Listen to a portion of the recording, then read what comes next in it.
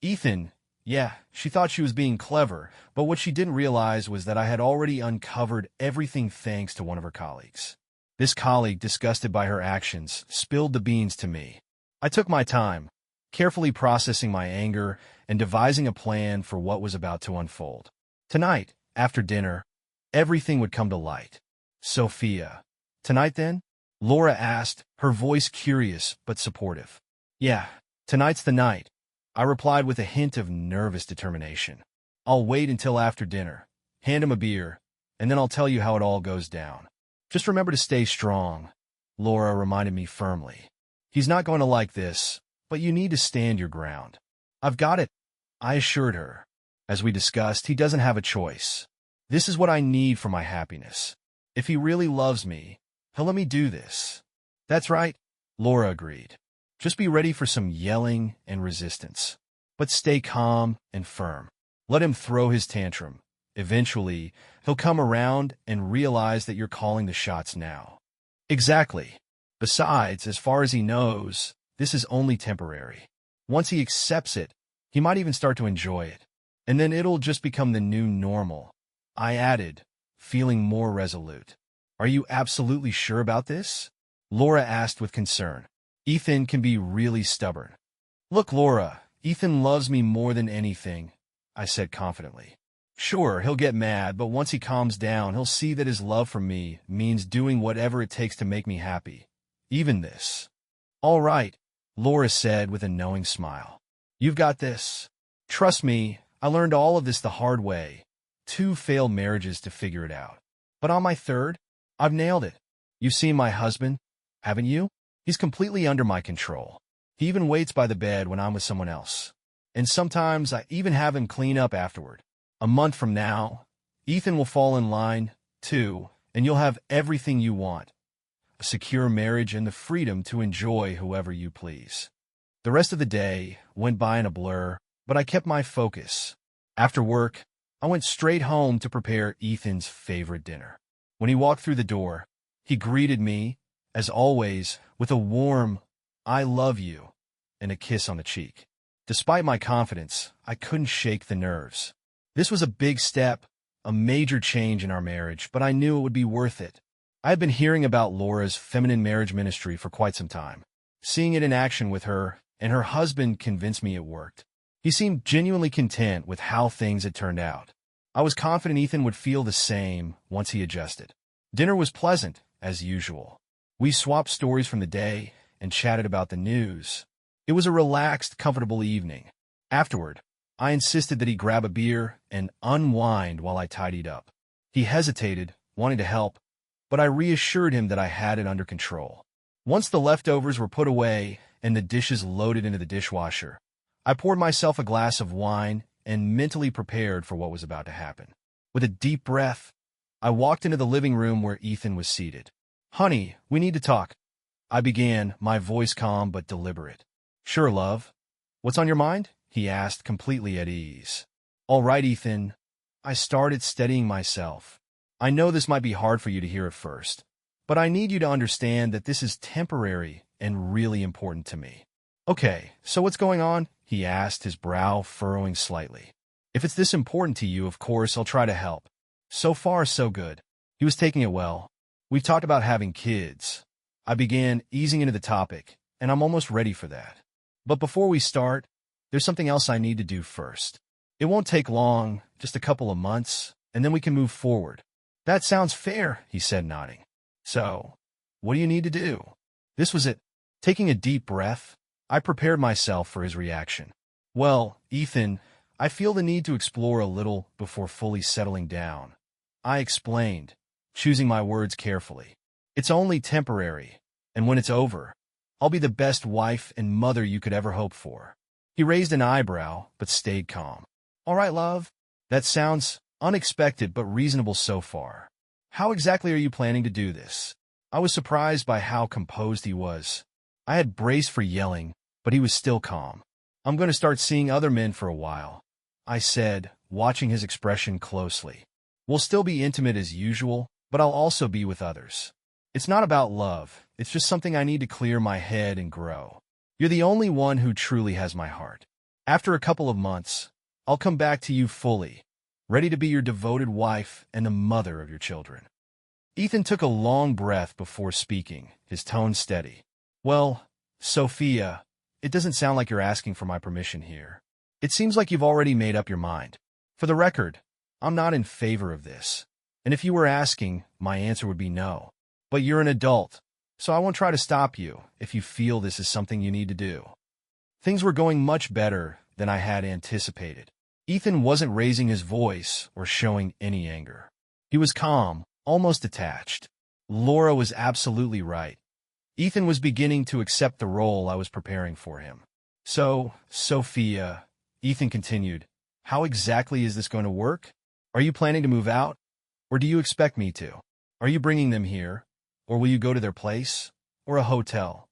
Oh no, Ethan, I replied, keeping my tone light and matter-of-fact. We'll both keep living here. We're married, after all. As I mentioned, we'll still be intimate, just not exclusively. With the other guys, it'll only be about physical connection. I might visit them or bring them here. In those cases, you'll need to sleep in the spare room. I don't see any reason to waste money on hotel rooms when we can just stay home. He frowned slightly, but nodded. I see. Well, again, I don't like it. And for the record, I'm not okay with us being intimate while you're seeing others. I'm not taking any risks with STDs. Once you're done, we'll wait until you're tested and cleared. Have fun, but don't expect me to be part of it. I gave him a reassuring smile. That's fine, Ethan. I love you, and I enjoy our time together, but I understand your concerns. If this is the compromise, I'll accept it. So, he asked, still unusually composed, when are you planning to start these flings? Well, I began. Laura and I decided to go out tomorrow night. We're heading to a club, and I might meet someone, or maybe one of the guys from work. I'm not sure what will happen yet, but if I do bring someone home, you'll already be in the spare room, so it won't be an issue. Ethan nodded, setting down the paper he had been reading. All right, Sophia. I'll take care of moving my things tonight. By the time you're home tomorrow, I'll be out of the owner's bedroom. I was stunned by his level of maturity. My heart felt light. Sure, he had voiced some weak protests and refused intimacy, but he was completely accepting of my decision. He wasn't even angry. Laura was spot on. In 2 months, Ethan would be entirely under my control.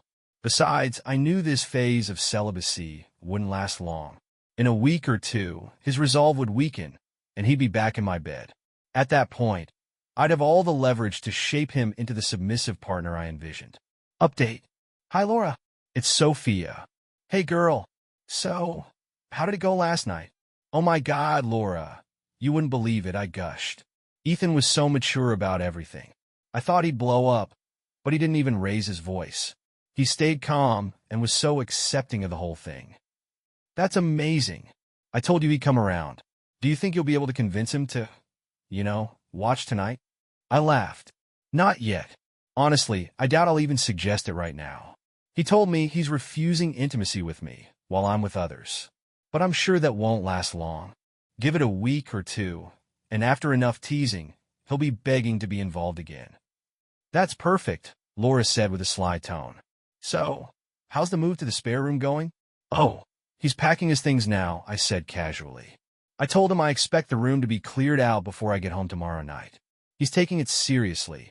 He promised he'd be out of the owner's bedroom before I returned. Laura laughed.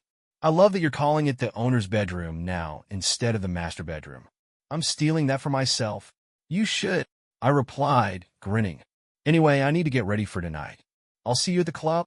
Absolutely. Bye, Sophia. Bye, Laura.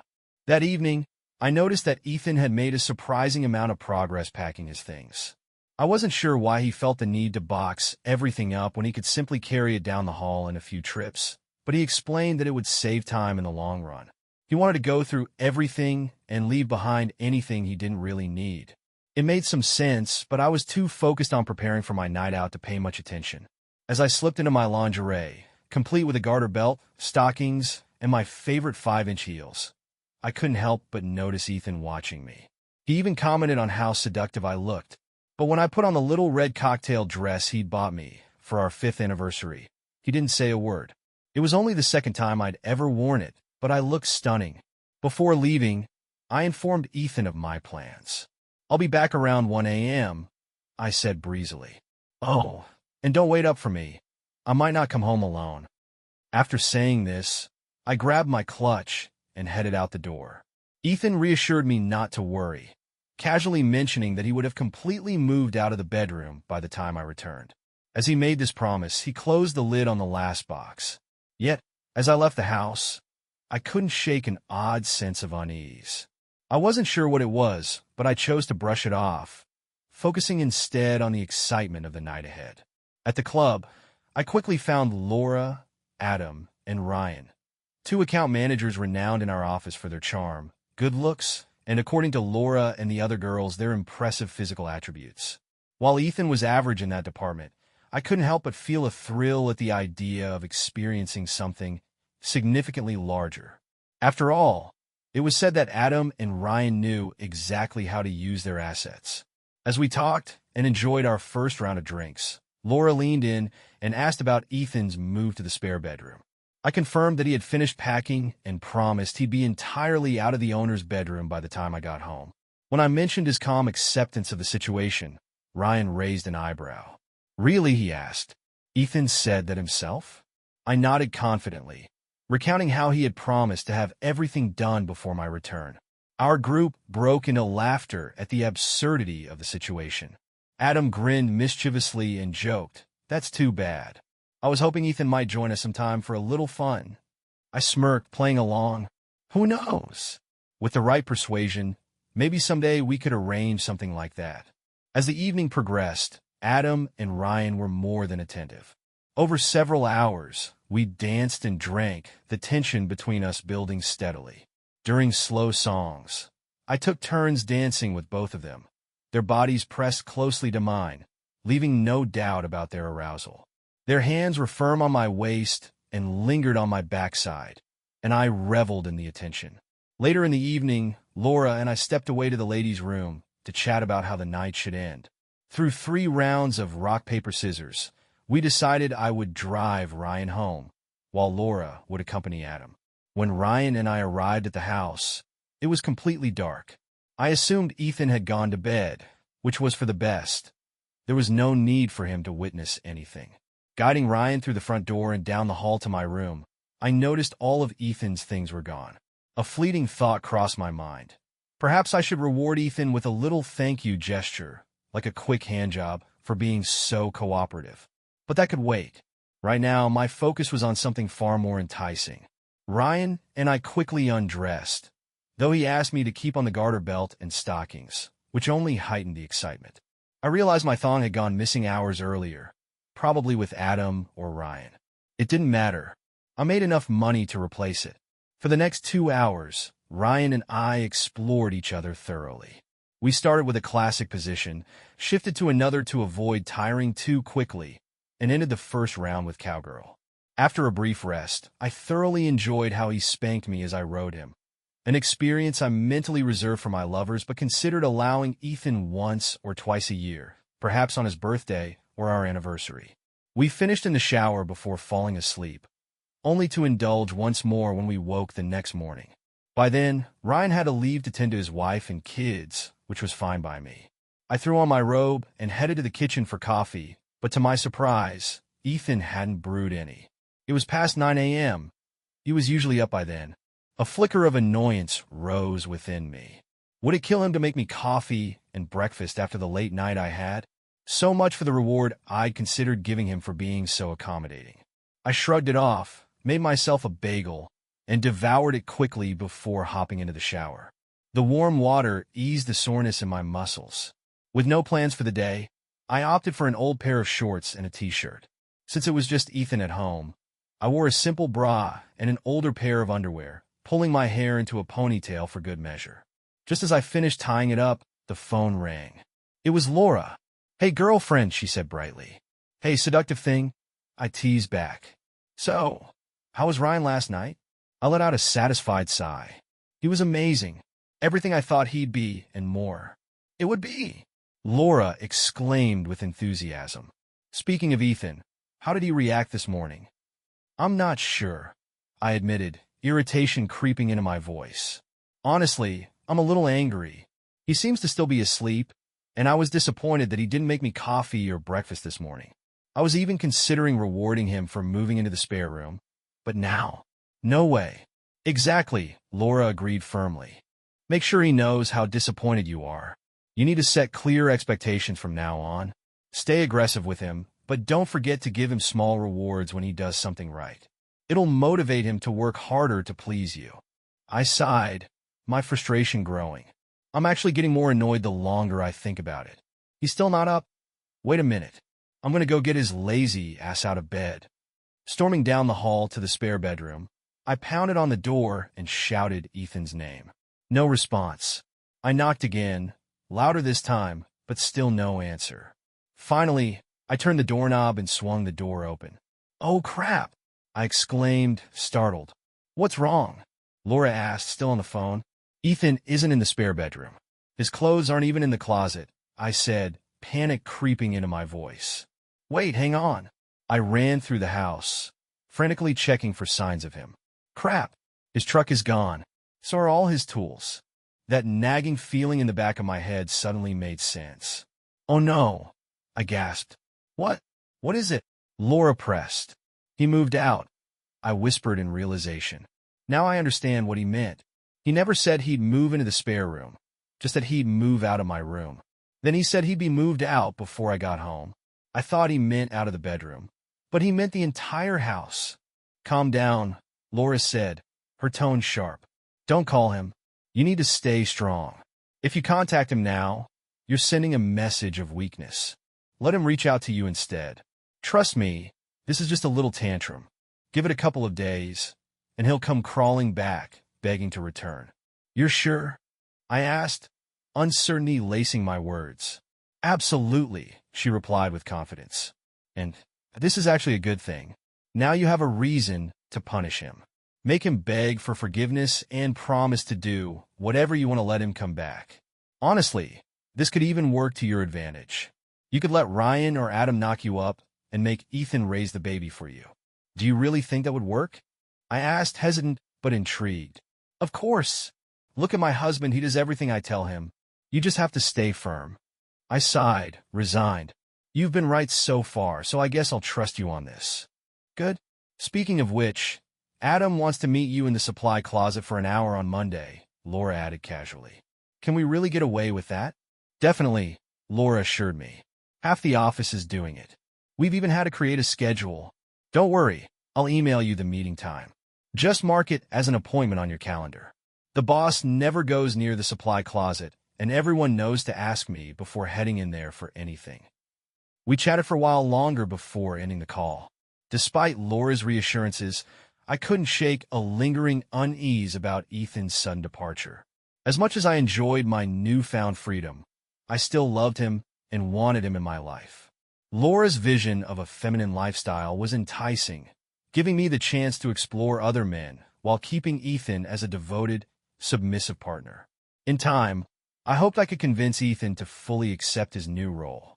Perhaps one day, I could even negotiate tying him down in exchange for ceasing my affairs with other men. When I was ready to stop, of course. He didn't need to know that part. For now, though, I needed to focus on recovering from last night and preparing for the week ahead. That evening, I shrugged off my concerns, made a simple dinner, poured myself a glass of wine, and went to bed. The following week passed uneventfully, with no word from Ethan. Laura assured me this was perfectly normal and predicted he would contact me soon. The longer he stayed away, the more leverage I would have to impose new conditions for his return. Meanwhile, my days were far from lonely. I continued meeting Adam, Ryan, and a few other attractive men in the pantry for private sessions. A double team with Adam and Ryan was even scheduled for Friday afternoon. On Friday morning, during a coffee break, Laura, Ryan, Adam, and I were chatting near the coffee machine when an impeccably dressed woman approached us. "Excuse me," she said, her tone professional but firm. "Are you Sophia Adams, Laura Morgan, Ryan Johnson, and Adam Jones?" We exchanged uneasy glances before nodding. "Yes, that's us," I said cautiously. The woman handed each of us an envelope, took several quick photos with a small digital camera, and smiled sweetly as she announced, You've all been served." Without further explanation, she headed toward our boss's office. I called after her, demanding to know what this was all about, but she only responded in a sugary southern drawl. "I was just paid to deliver them, darling.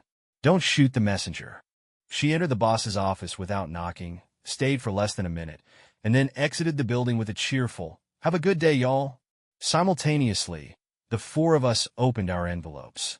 Inside were divorce papers, each citing spousal cheating as the grounds. My stomach dropped as I stared at the documents in disbelief. Within moments, Ryan's and Adam's phones started ringing. Their wives had apparently received proof of their infidelity and were livid. From what I could overhear, both were being kicked out of their homes and told to start alternating between couches or hotels. Divorce papers for them were clearly on the way as well. The chaos escalated as our boss's booming voice erupted from his office. "Adams, Morgan, Johnson, Jones, get in here now." I felt a cold sense of dread as we shuffled toward his office with bowed heads. Once inside, he slammed the door behind us, and the lecture began. "This isn't just bad, it's catastrophic," he barked, waving a manila envelope in the air. "Do any of you understand the gravity of the situation?" We stood silent, none of us daring to answer. "Fine," he snapped, tossing the envelope onto his desk. "Let me spell it out for you. The company is facing a lawsuit for failing to enforce the moral code in the employee handbook. And why? Because of your actions, Adams, Johnson, and Jones. Oh, and let's not forget Morgan, who apparently turned the storage room into her personal brothel." He paused, glaring at each of us in turn. "Do you deny any of this? Did any of it happen during business hours or on company property?" Again, silence. The boss shook his head, his face red with frustration. "You've left me with no choice. Because of a court order, I can't fire you until this case is resolved, but make no mistake, you've damaged this company. Get out of my office until I decide what to do with you." With our heads hung low, we shuffled out of his office and returned to our desks, the weight of the situation settling heavily over us. Back at my desk, I opened the divorce papers again, hoping they wouldn't be as bad as I feared. But they were worse. The packet included photos, videos, audio recordings, and even notarized letters documenting my actions. I was frozen with dread as I realized how comprehensive the evidence was. An hour later, a company-wide email from the boss landed in everyone's inbox. Its tone was formal and stern. Subject: immediate changes to company policy. Management has become aware that multiple employees have engaged in actions that violate the moral code outlined in the employee handbook. These incidents occurred during work hours and on company property. Given the likelihood that this problem is more widespread than currently documented, the following changes will take effect immediately. Mandatory training. An online ethics course will be created over the weekend. All employees must complete it by the following Friday. Storage room security. The storage room will remain locked at all times, with the key held by the security supervisor. Any supplies needed must be retrieved with a security escort. Spot checks. Security will conduct regular patrols of secluded areas until permanent security cameras are installed. Computer monitoring. All computer activity will be closely monitored to prevent personal use of company assets. Prohibited activities include scheduling non-work-related meetings, browsing non-work-related websites, sending non-work-related messages. Break room policy. Socializing with coworkers is restricted to scheduled breaks and lunch periods in the designated break room. Please note that the names of those involved in these incidents will not be disclosed, but all employees are expected to comply with these new regulations. Reading the email, I felt my stomach churn. It was clear that this wasn't going away anytime soon. The combination of the lawsuit, heightened security, and a fractured work environment left me questioning how I could move forward. Despite the chaos, I resolved to power through. I had created this mess, and now I had to find a way to manage the fallout, not just for myself, but for the future I still envisioned with Ethan. 2 minutes after the company-wide email was sent, my inbox erupted with a flood of hateful messages from coworkers. Each email seethed with blame and judgment, making it painfully clear that my actions hadn't just affected me, they had made me a target. After work, Ryan, Adam, Laura, and I met at a small bar across the street. We sat huddled in the corner, sipping our drinks under the disapproving gazes of our colleagues who had gathered for happy hour. The tension in the air was palpable. "At least we still have jobs," I said, trying to find a silver lining. "For now," Adam muttered bitterly. Ryan shook his head. "Do you really think Ethan included that in the court order, just to be nice?" I frowned. "What do you mean?" Ryan leaned in, his tone matter-of-fact. "It's not about being nice, it's about strategy. By keeping you employed, he minimizes your chances of receiving alimony. Judges are less likely to award financial support if you're stable and working. If you lose your job, though, a sympathetic judge might force him to pay alimony." Adam chimed in. "That's why you can't quit. Even if this place becomes unbearable, it's better to hold on until the divorce is finalized." Ryan nodded.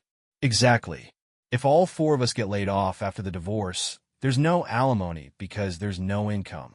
But if you quit voluntarily, it could be seen as trying to manipulate the system." Laura smirked. "Not to mention, if you resign during a divorce, it might look like you're trying to milk your ex for support. Judges don't like that, and it could backfire big time." The table fell into a somber silence as the conversation shifted to the financial strain of child support. Ryan sighed. "Sophia, my situation is even worse. My wife's going to get both alimony and child support. With kids in the picture, the court always sides with the parent who has primary custody. If I lose my job, I'm screwed." I stared into my drink, the reality of our collective mess hitting me hard. For the first time, I truly considered the potential fallout of losing Ethan. While I wanted to help my friends, I realized my priority should be saving my marriage. With a wave of clarity, I decided to reach out to Ethan. I grabbed my phone and dialed his number, but the call didn't go through. A recorded message informed me that my number had been blocked. Frustrated, I turned to Laura. "Let me borrow your phone. Ethan blocked mine, but maybe he hasn't blocked yours." She handed it over without hesitation, but when I tried calling him, I was met with the same automated message. My heart sank. Ryan suggested, "Why not try calling him from Adam's phone?" I hesitated, worried about how that might look. I don't think calling my husband from one of my friends' phones is a great idea. He might think I'm crossing a line. Realizing that contacting Ethan by phone was no longer an option, panic began to set in. If he'd blocked my home and work phones as well, I had no way to reach him directly. The only solution was to find him in person. Determined, I started going through my contacts, hoping at least one of Ethan's friends might know where he was. Unfortunately, none of the mutual friends who still spoke to me had any idea. The ones who now sided with Ethan? They clearly knew, but their answers were laced with sarcasm and defiance. "Why would I tell you?" One scoffed. "You think he wants to hear from you?" Another laughed. I even asked if they'd deliver a message to him, but the response was outright laughter. Feeling dejected and on my fourth drink, I stared blankly at my empty glass. That's when Ryan, surprisingly, had an idea. "Wait," he said, leaning forward. His tone carried a rare hint of intelligence and strategy. "I think I know where Ethan might be." Sarcastically, I thought to myself, maybe it was just my mood, or perhaps the eternal disconnect between how a woman thinks and how a man thinks. Some of you might believe Ryan's suggestion was sheer brilliance. Me? Not so much. "Well," Ryan began, leaning back smugly, "since our lives are already a disaster, why not go to Sophia's house and spend the night together as a foursome? We've already crossed the line, so why not take advantage of it and have a passionate night of fun?" He genuinely seemed to think this was sound logic. Perhaps to him it was, but as his words sank in, I felt a jolt of clarity. Sure, if I believed there was truly nothing left to lose, maybe it would have been worth considering. But in my heart, I knew Ethan, and I still had the tiniest sliver of hope.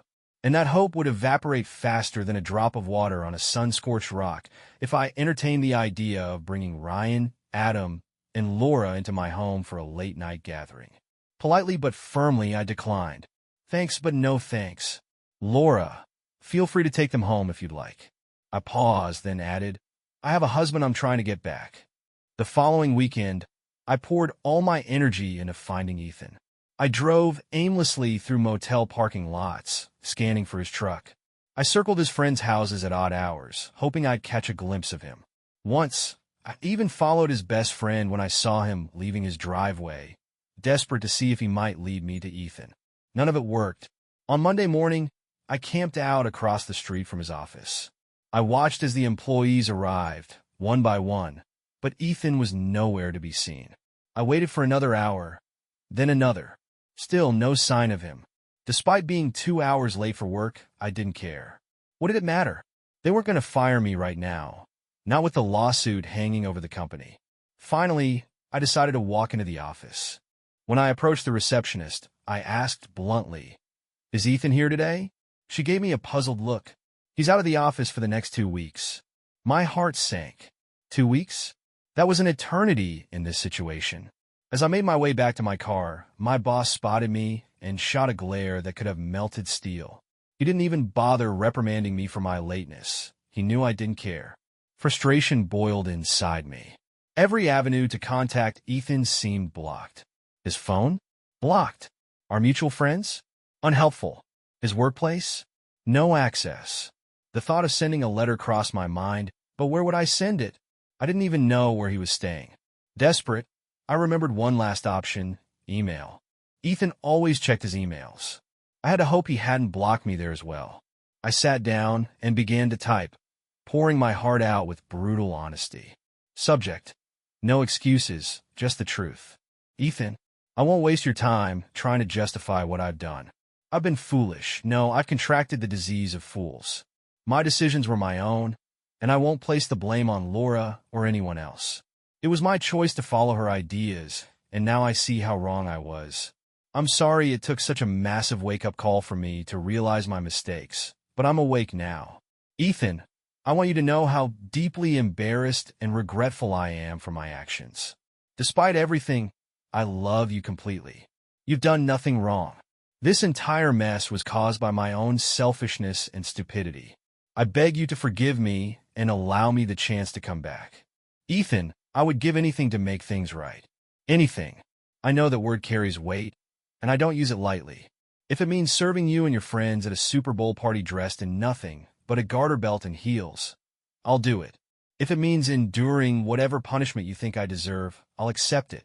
To prove my sincerity, I've already taken an STD test. I'll have the results in a few days. Just tell me where to send them. I'll even wear a chastity belt and hand you the keys if that's what it takes to regain your trust. You have no reason to believe me, and I understand that.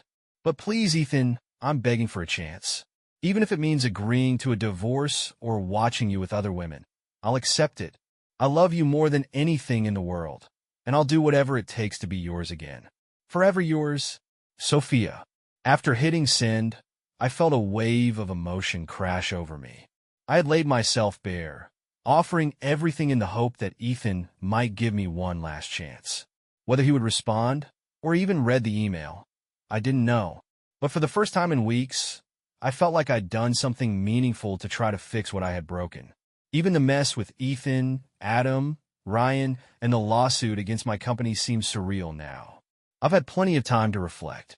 Laura manipulated me into agreeing to her ideas, while Adam and Ryan exploited that manipulation. As you know, I was terminated after the lawsuit was settled. It was a collective fault, and the consequences were shared. Ethan, however, now has complete control over my life, and I've willingly accepted it. Update. Fortunately, Ethan hadn't blocked my email at the time, and even more surprising, he actually read it. Of course, he didn't just take my word for it. After breaking the biggest vow I'd ever made, the one about forsaking all others, why would he believe any promises I made now? Trust had to be earned back, one painstaking action at a time. 2 years have passed since I sent that email. Adam and Ryan faced significant challenges in their divorces, and the 4 of us were terminated the day after the lawsuit settled. Eventually, Adam and Ryan found lower-paying jobs and moved into a small apartment in a rough neighborhood. Their ex-wives turned their kids against them, and their social lives crumbled. Ironically, both women are now in better relationships, and their lives seem to have improved. As for me, I'm living the life I chose to reclaim Ethan. Currently, I'm kneeling beside the bed, undressed, wearing a chastity belt while Ethan finishes a task. This is my penance, a constant reminder of the vows I broke and the promises I've made to him since. Ethan wanted to test my resolve, to see if I would honor my own words, and I've had no choice but to comply. The first 6 months were brutal, but over time, he eased up. Now the dynamic has stabilized. Ethan still exercises his dominance occasionally, like now, but he's more lenient. He only brings other women into our home once every 2 months. After losing my job, I stopped working entirely. Ethan's promotion allowed us to live comfortably without my income. I stay home and take care of our 2-year-old twins. Most of the time, I'm undressed, as Ethan prefers it that way. Recently, though, he suggested I start wearing clothes more often, as the kids are getting older and it's becoming inappropriate. For now, I only wear clothes when leaving the house or when we have guests. I even answer the door undressed when deliveries arrive. I underwent laser hair removal and now have a permanent landing strip above my genitals, leaving no way to conceal the tattoos Ethan insisted on. One reading Ethan's on the right and another on the left. Every week, Ethan updates the 5 red stripes on my buttocks with a leather strap. After the 5th stroke, he removes my plug and engages with me, leaning me over the couch. Sometimes, if I mess up, there are more stripes, or he includes other forms of punishment. Strangely enough, I've come to appreciate these rituals, as they've created an undeniable bond between us. Laura, on the other hand, wasn't as lucky. True, she also lost her job, but no one expected her to face significant consequences. Her husband, Harold, appeared completely submissive to her whims, so many assumed she would simply bounce back. But Harold wasn't the pushover everyone thought. Quietly, he gathered evidence of Laura's infidelities. Once he had enough, he turned the tables. While putting her through months of torment, he secretly liquidated their assets, secured the funds for himself, and filed for divorce. When he left, he gave her the house, but only after refinancing it and taking all the equity. She lost the home within months and was left with nothing. Laura managed to find another job, but it paid half of what she used to earn. Her reputation was tarnished, and as far as I know, she's not dating anyone. You might wonder why I endure the life I now live, or laugh at the consequences I so richly deserved. If you're upset that Ethan didn't leave me stranded, know that I thank God every day that he didn't. Yes, Ethan whips me, humiliates me, and holds immense power over my life, but he loves me. He has other women, but never without including me in the arrangement. I can leave any time I want. He even showed me divorce papers that are fair and balanced. I declined. Ethan is an incredible father, lover, and husband. I don't need anything else. I lost sight of what truly mattered by chasing the illusion of control and selfish indulgence. Instead of cherishing the equal partnership I had, I gave it all away in pursuit of an idea that brought nothing but pain. I never intended to end up this way, but somehow, in the process of becoming subservient to Ethan, I found peace. And, strangely enough, I am content.